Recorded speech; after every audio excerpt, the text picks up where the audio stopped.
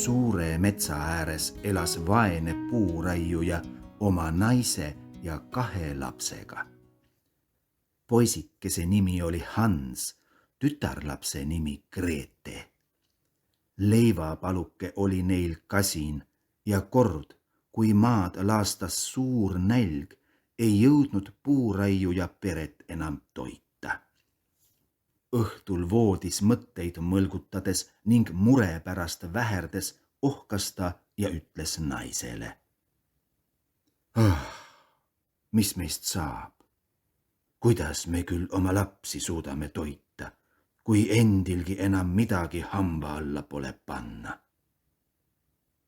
Tead mis, mees, vastas naine, kelle südame oli viletsus kalgiks teinud. Viime homme hommikul vara lapsed metsa, kõige tihedamasse padrikusse. Teeme neile seal lõkke, anname kummalegi tüki leiba kätte, läheme siis minema ja jätame nad üksi. Sealt nad enam koju tagasi ei mõista tulla ja olemegi neist lahti.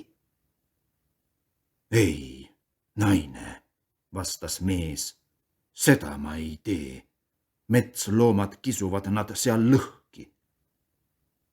Vana narr, ütles naine, siis peame kõik 4 nälgas surema.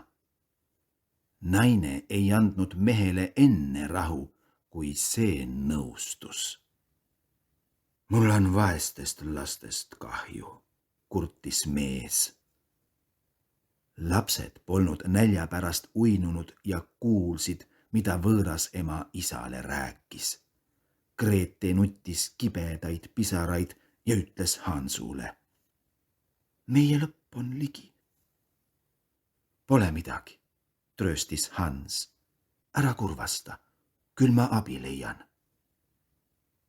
Kui vanemad magama olid jäänud, tõusis Hans üles, tõmbas kuue selga ja hiilis majast välja.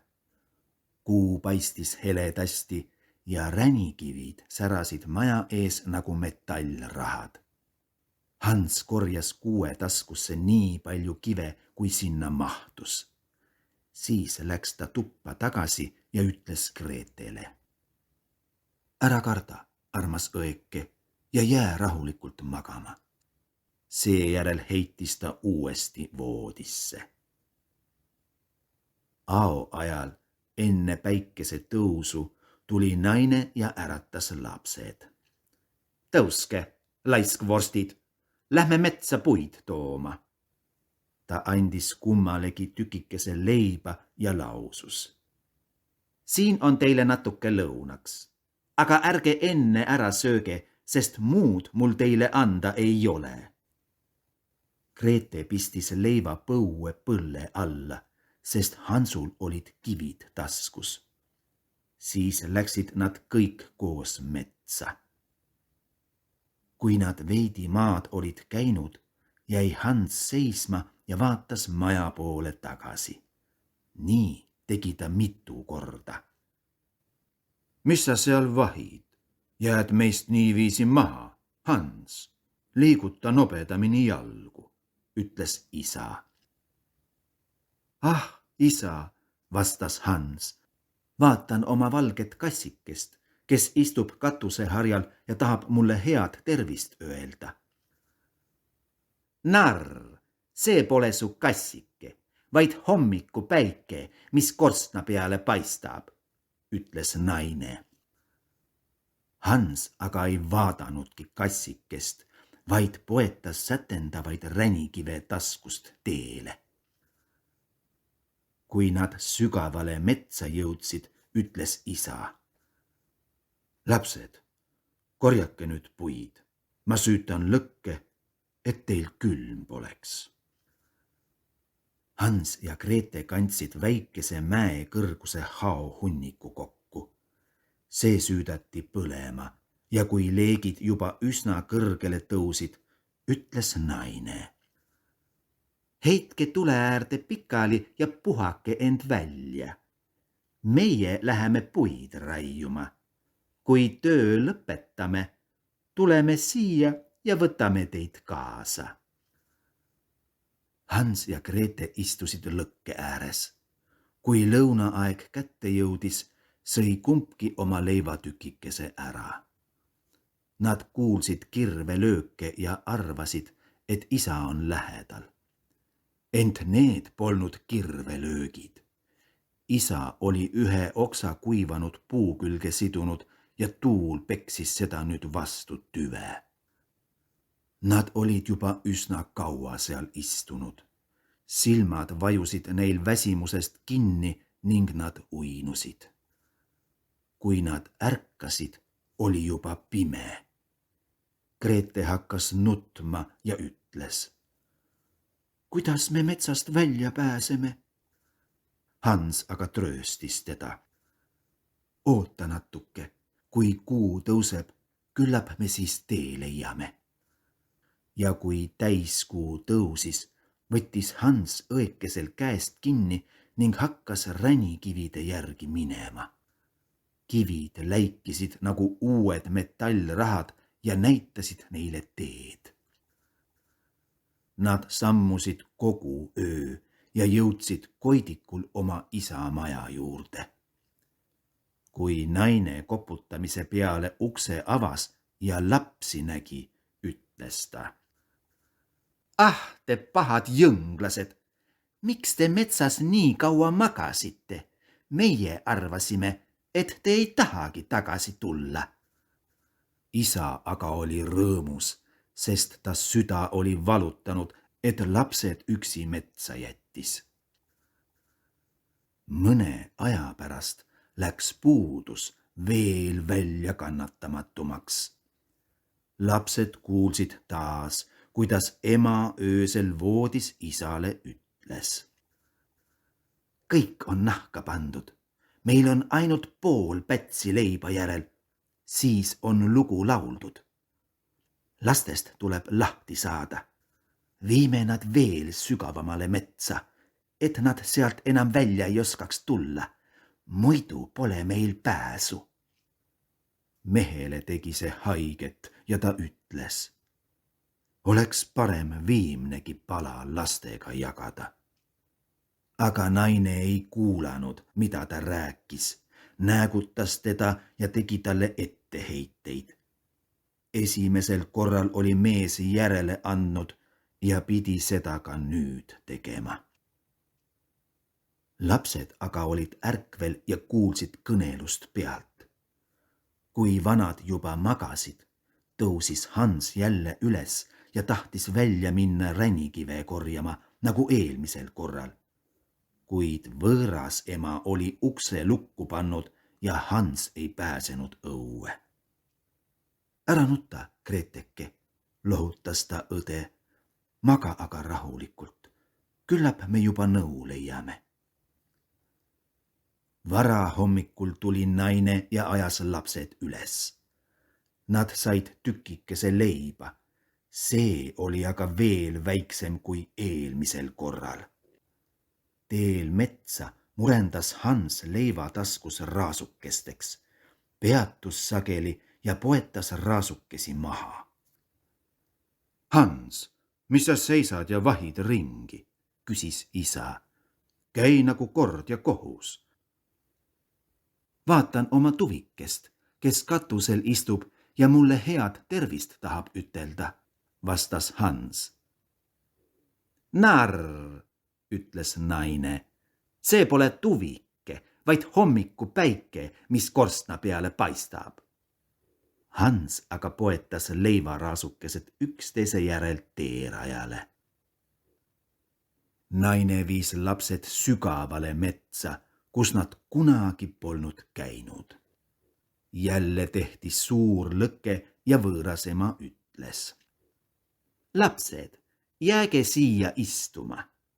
Kui te väsinud olete, võite vähekese magada. Meie läheme puid raiuma.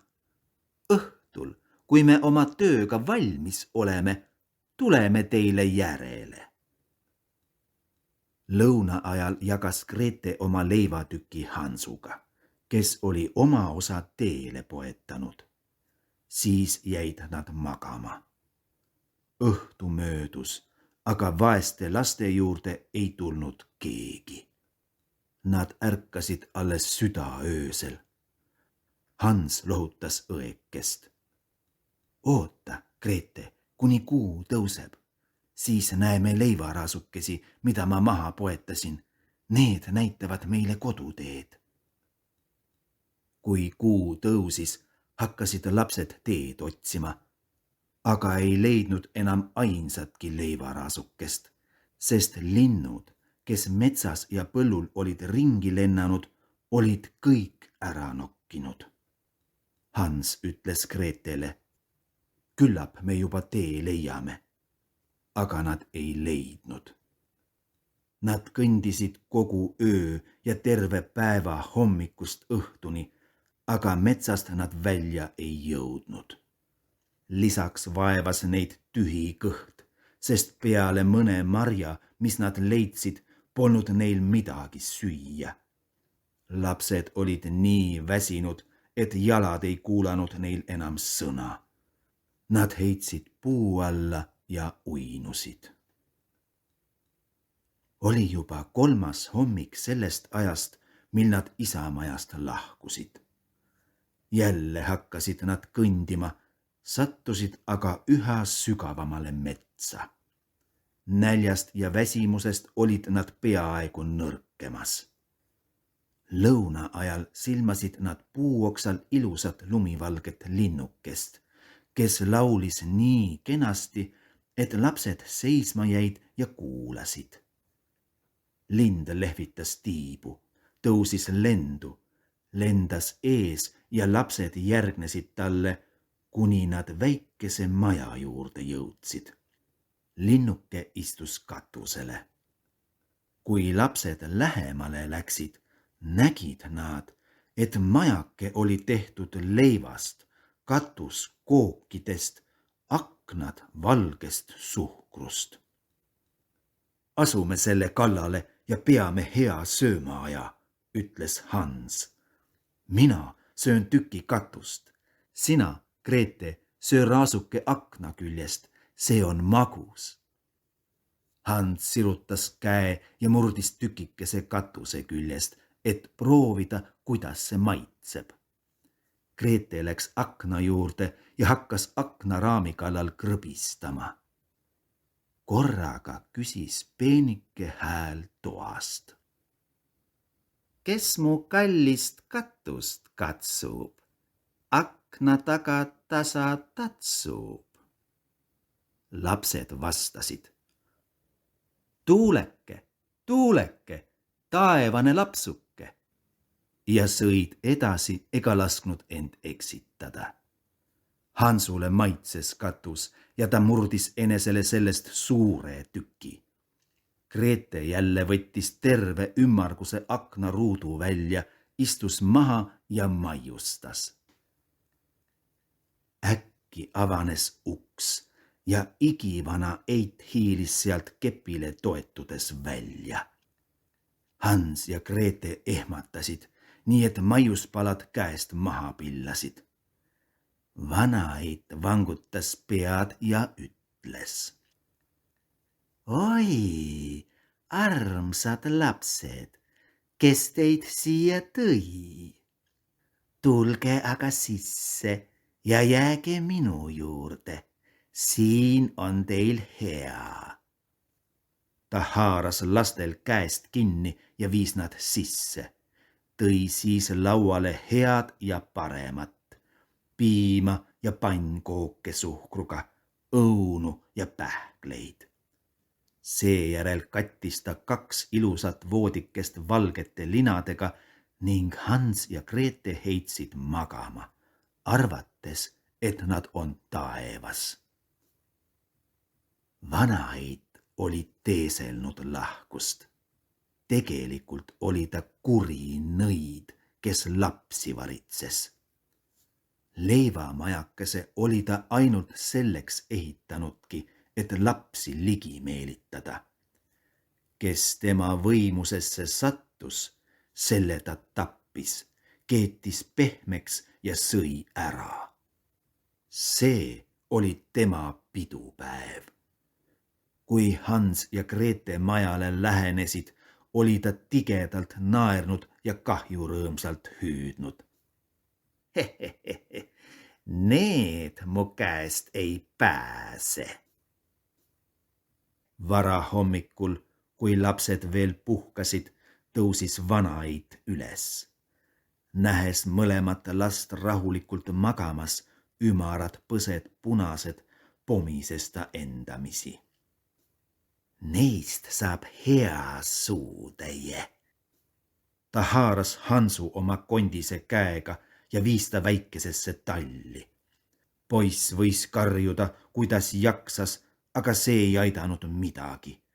Vana-Eit lükkas ta trellitatud ukse taha. Siis läks ta Grete juurde, raputas tüdruku ärkvele ja karjus. Tõuse üles, laisk vorst. Sul tuleb vett tuua ja vennale midagi keeta. Ta istub tallis ja peab enda rammusaks nuumama. Kui ta on küllalt priske, söön ta ära. Grete hakkas kibedasti nutma. Sellest polnud aga midagi kasu. Ta pidi tegema, mida tige nõid käskis. Hansule keedeti kõige paremat toitu, kuid Grete sai ainult vähikoori. Igal hommikul hiilis Vana-Eit talli juurde ja hüüdis. Hans, pista sõrm välja. Tahan katsuda, kas sa juba küllalt rammus oled. Hans aga pistis raudvarbade vahelt sõrme asemel kondi välja. Vana-Eit oma tuhmi silmanägemisega seda ei märganud ja arvas, et see on Hansu sõrm ning imestas väga, et poiss kuidagi paksemaks ei lähe. Kui 4 nädalat mööda sai ja Hans ikka endiselt kõhnaks jäi, läks Vana-Eit kärsituks ega tahtnud enam kauem oodata. Hei, Grete, hüüdis ta tütarlapsele. Ole nobe ja too vett. Olgu Hans rasvane või kõhn, aga homme tapan ta ära ja keedan pehmeks. Küll halises vaene õde, kui ta vett kandis, kuidas tal pisarad üle põskede voolasid. Oleksid parem metsloomad meid metsas maha murdnud, kaebas ta. Oleksime ometi koos surnud. Jäta oma joru, ütles Vana-Eit. See ei aita midagi. Hommikul vara pidi Grete tõusma, paja koogu otsa riputama ja tule alla tegema. Kõigepealt küpsetame, ütles Vana-Eit. Kütsin leivaahju juba kuumaks ja sõtkusin taina valmis. Ta lükkas vaese Grete leivaahju ette, kus tuleleegid veel ülalt välja lõid. Roni sisse, ütles nõid. Vaata, kas on ka hästi köetud, et võiksime leivad ahju panna. Kui Grete oleks ahju läinud, oleks Vana-Eit ahju ukse sulgenud ja Grete oleks pidanud ahjus küpsema ning Vana-Eit oleks ta hiljem ära söönud. Grete taipas, mis nõu nõiamooril on ja ütles. Ma ei tea, kuidas seda teha. Mismoodi ma ahju pääsen? Rumal hani, ütles Vana-Eit. Ahju suu on ju küllalt suur. Näed sa, minagi võiksin sisse minna. Vana-Eit ronis lähemale ja pistis pea leivaahju. Grete tõukas teda nii tugevasti, et Vana-Eit ahju lendas. Pani siis kähku raudukse kinni ja lükkas riivi ette. Oi, Vana-Eit hakkas koledasti uluma. Grete aga tormas minema ja kuri nõid kõrbes armutult ära. Grete jooksis otseteed Hansu juurde, avas talli ukse ja hüüdis. Me oleme vabad. Hans, vana nõid on surnud. Hans hüppas välja nagu lind puurist, mille uks lükatakse lahti. Kuidas nad rõõmustasid, karglesid ja teineteist kaelustasid. Nüüd polnud neil enam midagi karta ja nad läksid nõiamajja tagasi. Seal oli igas nurgas kaste pärlite ja kalliskividega. Need on palju paremad kui ränikivid, ütles Hans ja pani neid taskutesse nii palju, kui mahtus. Grete aga teatas. Ka mina tahan midagi koju kaasa viia ning täitis oma põllekese. Lähme nüüd, ütles Hans ja katsume nõiametsast välja pääseda. Kui nad paar tundi olid käinud, jõudsid nad laia jõe äärde. Siit ei saa me üle, ütles Hans. Ma ei näe siin purret ega silda. Ei tule ka ühtegi laevukest, vastas Grete. Aga seal ujub valge part. Kui ma teda palun, aitab ta meid kindlasti üle. Ja Grete hüüdis. Pardike, pardike, hädasti palume, kas viid üle jõe venna ja õe? Pardike ujuski kalda äärde. Hans istus talle selga ja palus õekest seda sama teha. Ei, vastas Grete, pardikesel vaesekesel on raske, las ta viib meid ükshaaval üle. Hea linnuke tegigi nii. Kui nad õnnelikult teisel kaldal olid natuke aega edasi sammunud, tundus mets neile ikka enam ja enam tuttavana. Lõpuks silmasid nad eemal oma isa maja. Nad hakkasid jooksma, tormasid tuppa ja langesid isale kaela. Isal polnud ainustki rõõmsat hetke olnud, sest saadik, kui ta lapsed metsa jättis. Võõras ema oli vahepeal ära surnud. Grete puistas oma põlle tühjaks, nii et pärlid ja kalliskivid põrandale veeresid ja Hans viskas taskutest ühe pihutäie teise järel neile lisaks. Muredel oli nüüd lõpp ja pere elas õnnelikult koos. Minu muinasjutt on lõppenud. Ennäe, seal jookseb hiir. Kes selle kinni püüab, tohib endale tema nahast suure mütsi teha.